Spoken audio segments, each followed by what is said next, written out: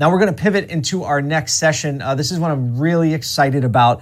We're going to welcome Dan Banister, who's the owner of Nissan of Norfolk and Nissan of Chesapeake. So multi-dealer. He also sits on the Dealer Advisory Council for Nissan. He's a friend of mine. We've done some work together, and the man has a mentor's heart, which is why I think I gravitate toward him, because he's always ready to teach. He's always ready to try to make you the best that you can be as he pursues being the best that he can be. And we're going to talk about race issues in automotive specifically. And Dan has some unique perspective on this. And I think it's a conversation that we need to make a little bit louder in a measured approach, in a real practical way, but in a very real way. And I thought Dan was the first one that came to mind. And if you don't know him, I consider it right now an honor to be able to be the one to introduce you to my good friend and dealer, Dan Banister. Dan, welcome to the show. Hey, Paul. Hey, I know I've been seeing you a while, but I'm trying to catch up to you. So come on, I'm working. You know, you got to get some color in there. I do. You just can't see it because the image is compressed, but it's happening. I can't wait. I think that look is the way to go. I can't wait until it looks like that. Well, thanks for joining us. And you know, I've seen your COVID beard, and that one is tame. Like, you had a good COVID beard going. Yeah, that was out of control. Yeah, he started walking around with a staff and with a robe. His beard was so good. This took me a long time. So, Dan, thanks for joining us in the show. I think this conversation just about race in the automotive industry, I mean, without a doubt, these issues have spiked in recent months. And it's not that they weren't a part of the automotive conversation, but they were just a much quieter part of the automotive conversation. And I feel that we have a really unique opportunity to put our heads up, to look around, to become educated, to become very informed about it, and to get really, I guess, firsthand experience perspective from our peers that can help guide and lead us through. So I would really like to start with you just telling us about your journey. How did you get to become a dealer? Like, where did you grow up? Like, give us the story. Some of you may have heard, but I grew up in Minneapolis, Minnesota, about 6 blocks from where George Floyd got murdered.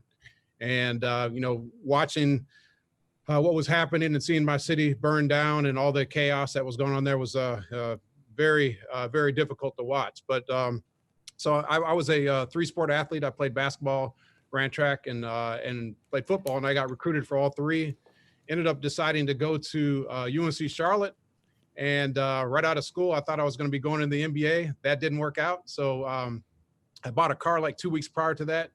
And then it was a Nissan 240SX. And 2 weeks later, I walked back in to ask for a job, and they actually gave me a job. And thought it was something that was going to be temporary. My plan after the NBA thing didn't work out was to get into the FBI Academy and become a federal agent. As I progressed with the automotive industry, first month I was a salesperson of the month, and I just started progressing, worked my way up, became a finance manager, finance director, sales manager, and then jumped my way up to general sales manager. And then 6 months later, became a general manager. I was offered a general sales manager job, and the general manager that actually hired me walked out 6 months after I became a general sales manager. And the owner, after the general manager quit, came back in and said, "Here, it's yours," and threw me the keys. And we were able to turn the store around and start the unique advertising of Dan the Man. And then I ended up hooking up with the dealer, made me a small minority partner in Chesapeake, Virginia, and I've been here ever since. So, okay, so that's obviously the Cliff's Notes that got you where you are. What is how long have you been a dealer? Let's start there. Okay, I bought out the dealer that brought me up from North Carolina. I call it, we got divorced back in, I think, 2009, and I was on a hiatus for about 8 months. Came back in with another partner, bought him out, and then in 2017, December 1st, 2017, I was able to get enough capital and loans to buy out those partners, and now I own both stores. I have 2 stores. Very, very good. And just for a little bit of context too, because I think the person gives a lot of credibility to the story. Can you just tell us a little bit about your family life? I've got a wife that I've been married. We've been married 3 years. Got a son that's 20, and he plays college basketball. Thank God, paying for college. And then I have a 16-year-old getting ready to turn 17, and she's her heart set on volleyball and going to school. So hopefully we'll be able to be blessed and have a scholarship with her also. There you go. So that's a full life. So obviously a man that has a lot going on and has worked very hard in light of raising a family, like so many that are watching today. So why don't you just give us, what is your perspective? You definitely have a unique perspective as an African-American man, as a dealer. What is your perspective on this last 60 to 90 days of unrest that has transpired? I think it would be just helpful to see, what is your perspective on it? I don't know. It's a big question. It's a big question. That's the big question. Well, I'll start by saying this is that, when I first got in the automotive industry as a salesperson, I never really saw myself as becoming a dealer. I saw myself as an opportunity to grow and to, I guess, prepare myself to do something else. And as I started to, get promoted, I went back and I had to introduce a person introduced me to your next guest with NAMAD, Damon Lester. And I really didn't see many minority dealers. And I went to this convention and every dealer there was minority. And so I said, man, I think I can do this. I was leading sales with Nissan. I had led our Mid-Atlantic region for about 15 years. The top Nissan dealership, nobody was even coming close to us selling cars. And I really never got the credit for it, but that really wasn't important. But you knew it. I knew it. Right. And what happens with some dealers is that, you have a guy back there kind of spinning the wheels, doing all the work, and then the dealers are taking credit with the manufacturer. Nobody's really seeing, what's happening behind the scenes. Yep. And I think that was kind of what was happening with me is that, that I wasn't getting credit for the success of the stores the dealer was doing, even though the dealer wasn't there, but maybe 2 times a year, but they were getting credit for the success. So, so that's kind of a roadblock. And until that minority person gets an opportunity to sit in front of different manufacturers, like when I sat down, I went to NAMAD, it was about maybe 19 years ago. I was able to meet, Honda, Toyota, Chrysler, and I was able to develop my own relationship with them. And that's so key in becoming a dealer is building your own relationship. So going through what's happening in the last 90 days, I don't know, it's the race, it's COVID. First it was the COVID thing, and that, right. I didn't even know if I was going to be a dealer 2 months later, 3 months. I didn't know how long we were going to be closed. So that was probably more along in my mind what was going on, more so than the race thing. The race thing was important, but for me, I've been dealing with the race issues for all my life. Growing up in Minneapolis, Minnesota, that was something that, I'm used to dealing with, not at that level, but those that are just seeing or thinking that it's a big deal now or just bringing awareness to it. These are things that as a minority dealer and as a Black man that we've dealt with many years. So I've kind of, I kept kind of my armor up on that. So it doesn't really impact me. Yep. What it does is it gave me an opportunity, or I guess I think it gave other people an opportunity to really see what was going on. And for us, it's an opportunity for us to build off of that tragic incident. It's an opportunity for all of us to focus and say, okay, what can we do? Is this systemic racism? Is it what's going on in our society? And this is, I guess I see it as an opportunity for all of us to come together and come out better on the other end.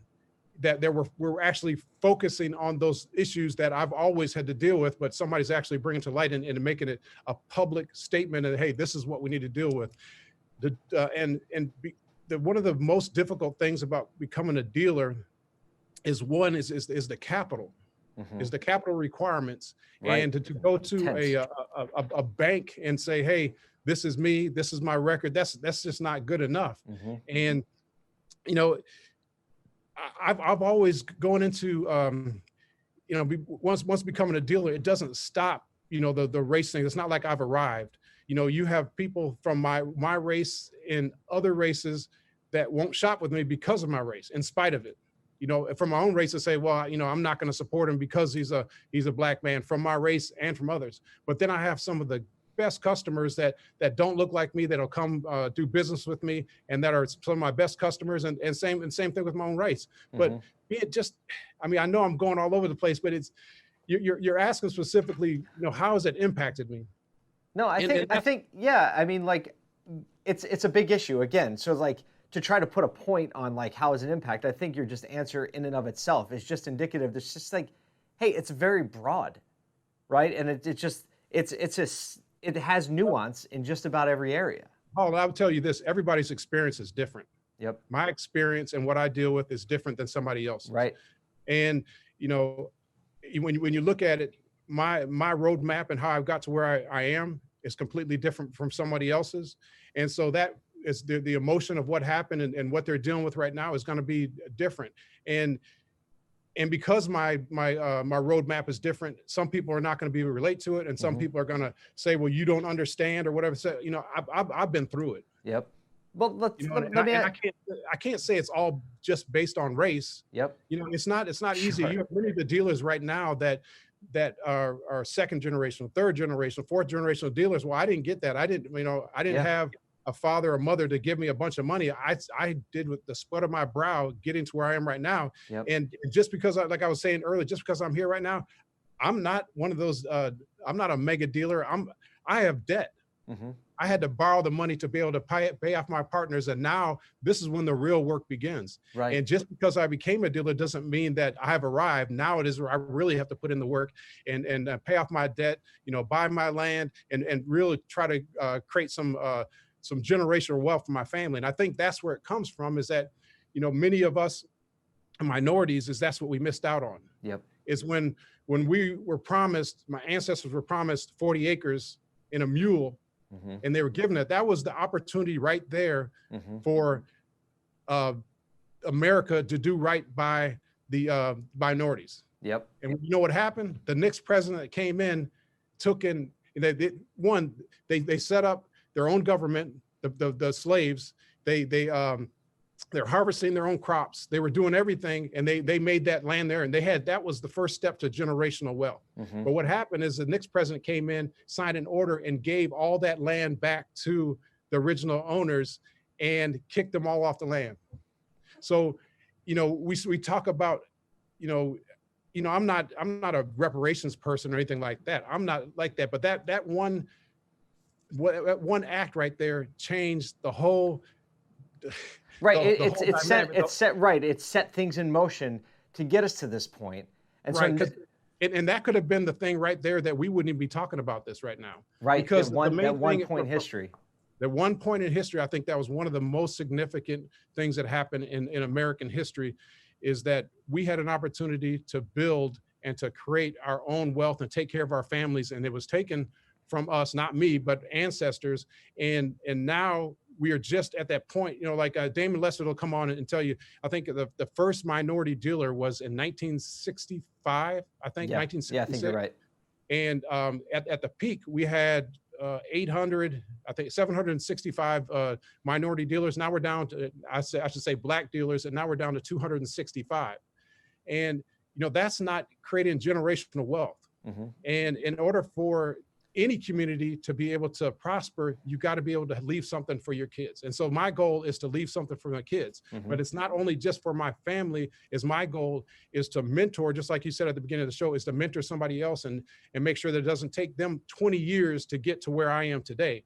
I want to be able to mentor somebody so I can give them an opportunity to buy me out, you know, and the next opportunity that I have, and the next opportunity that I have. And my goal is to be able to go and say, Paul, look, I put this person in business, I put this person in business, I put this person in business. Because I think that as the opportunities that I have, I think it's my duty to be able to reach down and pull somebody up and give them the next opportunity and not have them wait. And there's a lot of talented people out there, but there's a lot of, no matter how much talent you have, if you don't have the capital and the relationships to be able to foster and to be able to, to help you buy your first store, it's going to be very difficult or near impossible. I don't care what race you are, but it's extremely difficult as a minority. So I think that's a really great example. Like, I know we talked in the beginning about the mentoring attitude, and it sounds like a man saying like, hey, here's what I can do about this, right? Here's what I can do.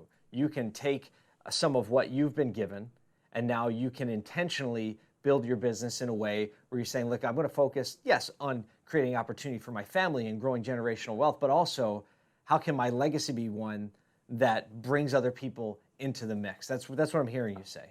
Yeah, you're absolutely right. You nailed it. But I mean, I think it's so important for each one of us, if each one of us had that spirit of mentorship and help and just wanted to be, not one dimensional, just go out there and help somebody, and I'm a Christian man, and I hope I didn't, you probably knew that without even me having to say it. And hopefully I came across that way, but that's the spirit. Is my spirit is I want to be able to help. I want to be there for people that,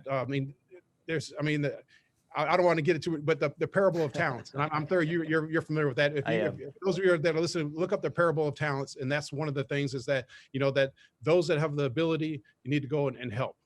I think summing some of that up, because we just have a few minutes left here. Summing some of that up and getting a box around it. The dealers that I've come to know in a personal way, without a doubt, every single one of them are very open-handed individuals. And they're just by nature, they're ones that give of their time, they give of their resources, they give of their experience. And I think that what you're saying is taking that, I think, that already exists inside automotive. And most people, the stigma, and people outside the industry might not see that, but those of us who know one another understand that that's the posture. And for you to take that into a belief, like very simple, it's like, how can you care and love on and give opportunity to somebody who wouldn't otherwise have it? Not saying give it away for free, not saying, right, it's not a handout, but what it is an opportunity with an expectation of hard work, care, diligence, all of that stuff. And so I think that what you're saying resonates with dealers naturally. Yeah, you're key. And I think that I don't care what ethnicity you are, but the people that I associate with just want opportunities. And just like you said, you want to be able to have a hand up, not a handout. Just want to be at the table, just want to give us an opportunity and show you that we can perform. And that's all I've asked for in my life, is being able to give an opportunity. Let me run with the opportunity. So, I appreciate you giving me the opportunity to come on here and speak. I know that I'm kind of, mine is running a bunch of different ways, but this race thing again is for me is an opportunity to, is for us to get to know somebody that doesn't look like us. Yep. And really understand what we're going through, because I think that we have a little bit of racism and from coming from both sides. Yep. And this is an opportunity for me to go and meet somebody that doesn't look like me, for you to go meet somebody that doesn't look like you and befriend them and get to know them and understand what they're going through and things, and find out ways that we can better our society. And let's look at it as a again, opportunity, a positive opportunity to create change and positive change. Now, I've been around your stores, and when you walk around, you can't help but notice you have all types of people working in your store, all types of races. Like if you were walking through your store and you say, who owns this store? You would literally have no idea. I think that was intentional on your part. If it was, why that way? Well, I'll tell you this, is that my goal is to go out there and get the best qualified people. It just happens to be that the people that I hired happen to be different races: Asian, Hispanic, Black, white. I've got almost the whole gamut. And of course, I would love to take responsibility for it and say, yeah, I purposely did all that. In the back of my mind, yes, because I want to be able to represent everybody that's coming into my store. I want to have a fair representation. But I think that, those that are attracted to you, and because it's not me just going out finding somebody, those people, most of the people that I've hired have come to me and asked me for a job and not the other way around. Yep. And I think that's because they see my heart and they see that, that I don't see color. Mm-hmm. And, I hire based upon their ability, and I don't hire in spite of their race. And that's the difference, is that some people might go out there, well, I'm not going to hire them because they're not this ethnicity, or they're because of religion, or their sexual preference and all that. I don't do that. I just want to find the best person. And if you look, like you said, you look at both my stores, there's a wide array of people, and we all get along like one family, and I think that's the way that it should be. And so but I think that, I know we got to leave here in a second. I just think, again, take that opportunity for you to go meet somebody that doesn't look like you, get to know the person that works at your store that doesn't look like you, and build a relationship with them. And you'll find out how many similarities that we have. I love that. Dan, I can't thank you enough for sharing your insights and your wisdom with the community today. It means a lot to me personally. I know it means a lot to us as an industry. And I just keep doing what you're doing and keep leading on. I really appreciate you. Damon Lester is a great guy. Looking forward to listening to him. Thanks, Paul. Bring him on next. Hey, I'm just telling you that Damon was the person that motivated me to get me here. I didn't know that. Like 19 years ago, it was in Baltimore. That's right. Baltimore, Maryland. I think that was the only time that we had the convention there. And I mean, I'm telling you, it blew my mind how many people that looked like me were there. And I would have probably never got to this point if it wasn't for him. So thank you, Damon. Damon, how cool is it that you're on the call? You got to hear that firsthand. What's going on, Damon? Welcome. How you doing, Paul? How you doing? So when was the last time you and Dan actually saw each other in person? Whoa, last year, right? Miami, I think. Miami, yeah. Okay, so not too long, but I'm sure another time's coming soon. I'm looking forward to being with both of you guys in the same place at the same time. Oh, absolutely, Paul. I'm looking forward to it. Dan, thank you so much. I'll talk to you soon, my friend. Hey, Dan, take care, man. All right.